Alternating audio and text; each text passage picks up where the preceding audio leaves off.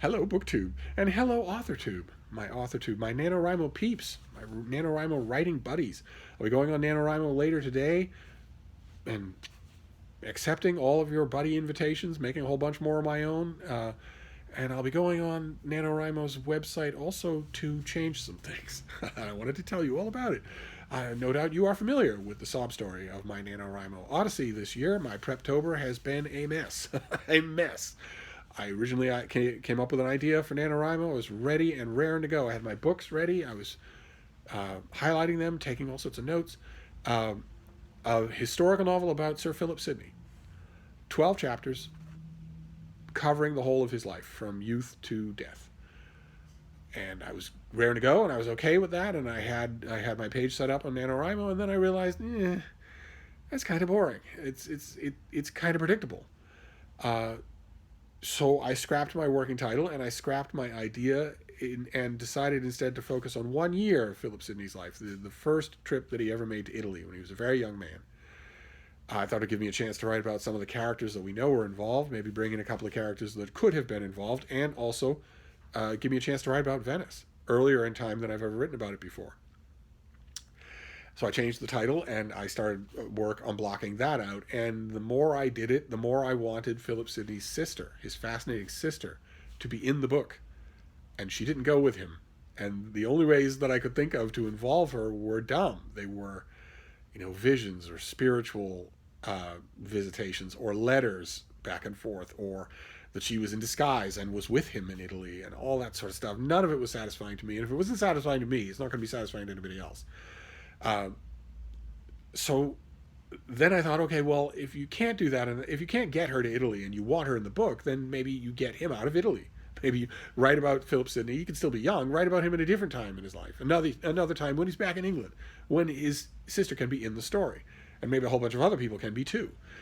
More recognizable Elizabethan names can be in the story too if he's in England. So I thought about that, and then I thought, okay, well, fine. Then what year?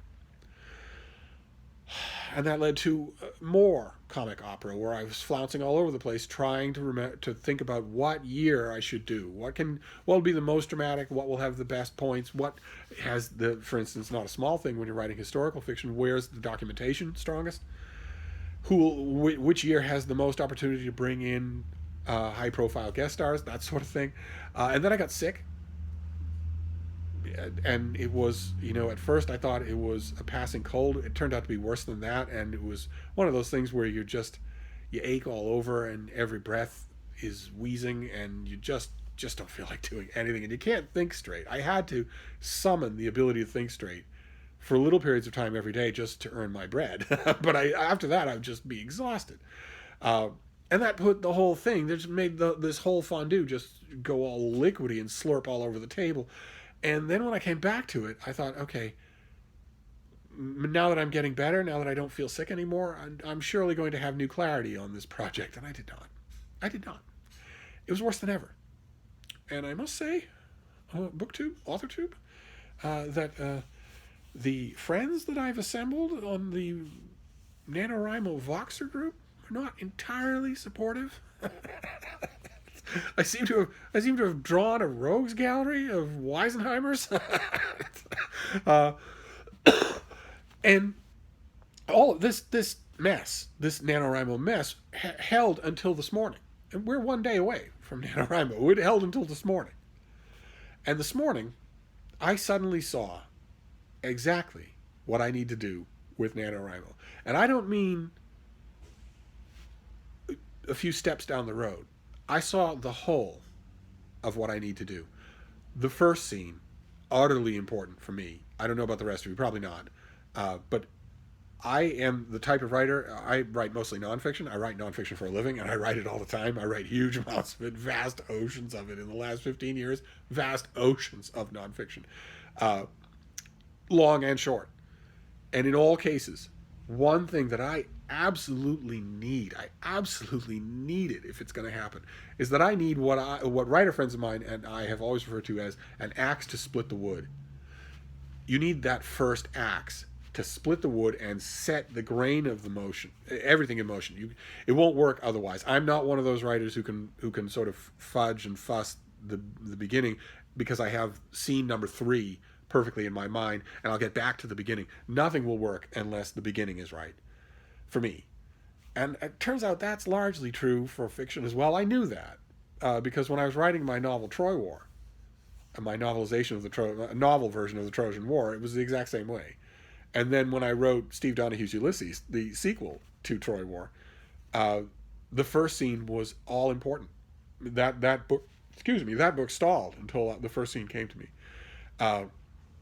And this morning, suddenly, I knew not only the first scene of what I need to do for NaNoWriMo, but every subsequent scene, every detail of the plot, all the way from the beginning to the end, every single thing about it, laying there in crystal clarity, and not only totally clear, but totally enticing. I so much want to do this. That's the feeling that you want 2 days out from NaNoWriMo.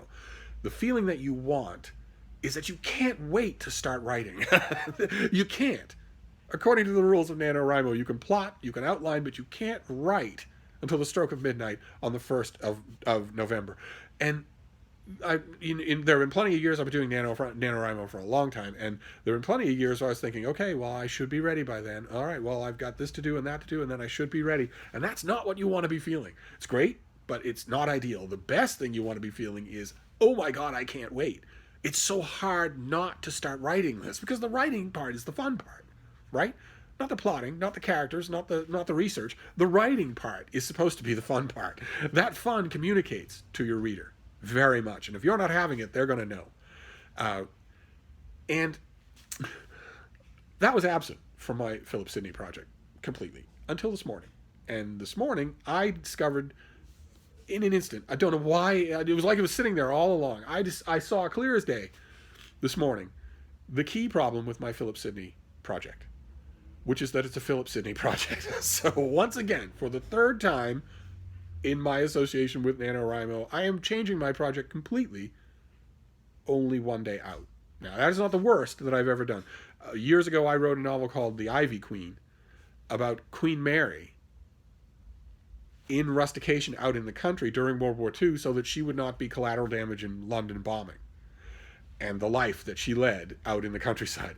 And the Ivy Queen, those of you who might maybe know something about Queen Mary, the Ivy Queen is a call-out to one of the main things that she did when she was out in the country, which was to tear ivy off old buildings because it's fire hazards and whatnot.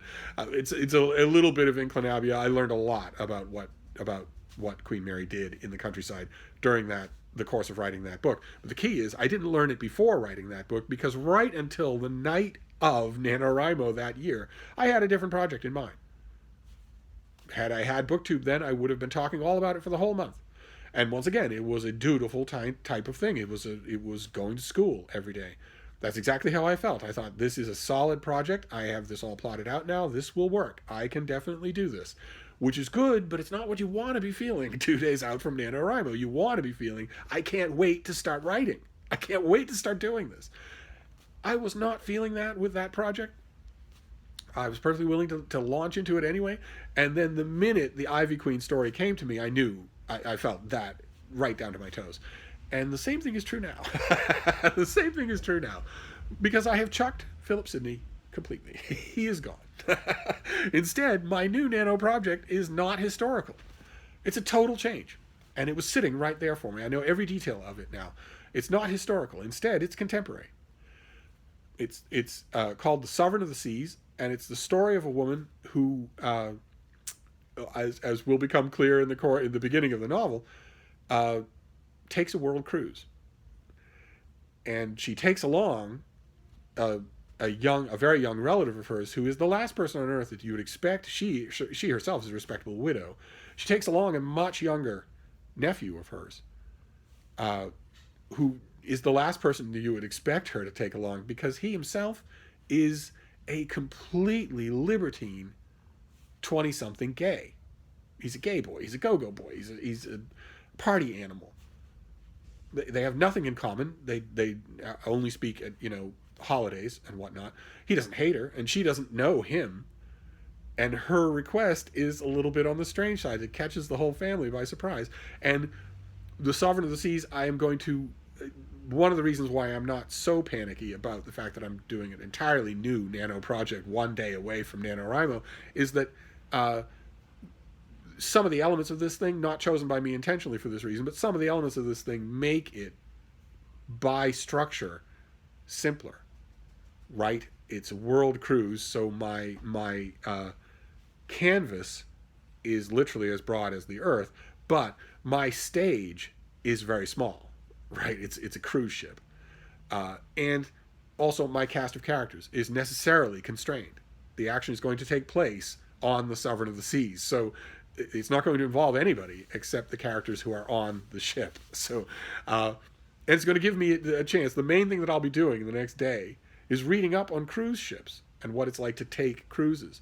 All the traveling that I have done in my life, I have been almost everywhere in the world, not Australia or New Zealand, but almost everywhere else, and including an enormous amount of time spent on the open ocean. I've done a vast amount of traveling. I've never set foot on a cruise ship. I wouldn't dream of it. Why on earth? It's not you traveling in your hotel. It doesn't. I've never done it. Not even close. So it's all terra incognita to me. That's going to be fun to learn the details of that. But I'm going to make sure that I do not make a mistake that a lot of NaNoWriMo people do, which is to get hung up on the research. All I need to know are the basics. I can fill in as I go along. A month is a long time. As you will know when you're dragging your way through the dreaded week 2, a month is a long time. It's plenty of time for you to be learning new things, for you to be adding stuff to your story. But at least now, I have that feeling, which has been completely missing. That teen Jesus feeling, that King Tut with superpowers feeling. I have that feeling of, I can't wait to start writing this. I'll do all the background, sure, absolutely. But I can't wait to start writing it. I know exactly what each scene, each moment, each beat, each dramatic beat is going to be. I know it all now in a way, with a clarity and with an eagerness that was nowhere present with Philip Sidney. His day may come, but it's not going to be this year. So I thought I'd give you a little NaNoWriMo update that I have completely changed horses in midstream. It's not even midstream. We're almost to the other shore. It's one day away. So I'm going to update my NaNoWriMo page yet again, and then get to work. And of course, since I'm burdening you with all of this stuff, these diva dramatics, I want to know your own NaNoWriMo status. We're one day away. How is your Nano looking? Tell me all about it. And I'll leave all my information down below. If you want to be writing buddies on the NaNoWriMo site, just let me know. Just send me an invite. But anyway, I wanted to give you an update. I am going to do some work now, do some reading, play with the bean, and do some video watching about world cruises. How expensive they are will be the start. I imagine they're ungodly expensive. $100,000 would be my guess. It's $100,000 to do, like for instance, a 200-day world cruise. I'd be willing to bet it's about $100,000. We shall see. But anyway, money's not going to be an object in the story. So I just wanted to let you know, I have the NaNoWriMo bug now. I am as happy and enthusiastic as could be. There's no more frustration on this route. So I was giving you Nano updates throughout the month of November, but they won't be about Philip Sidney. It's the last you'll hear about him, unless there's a new biography of him in 2020. So anyway, I'm going to wrap this up, but I'll be back. Thank you, BookTube.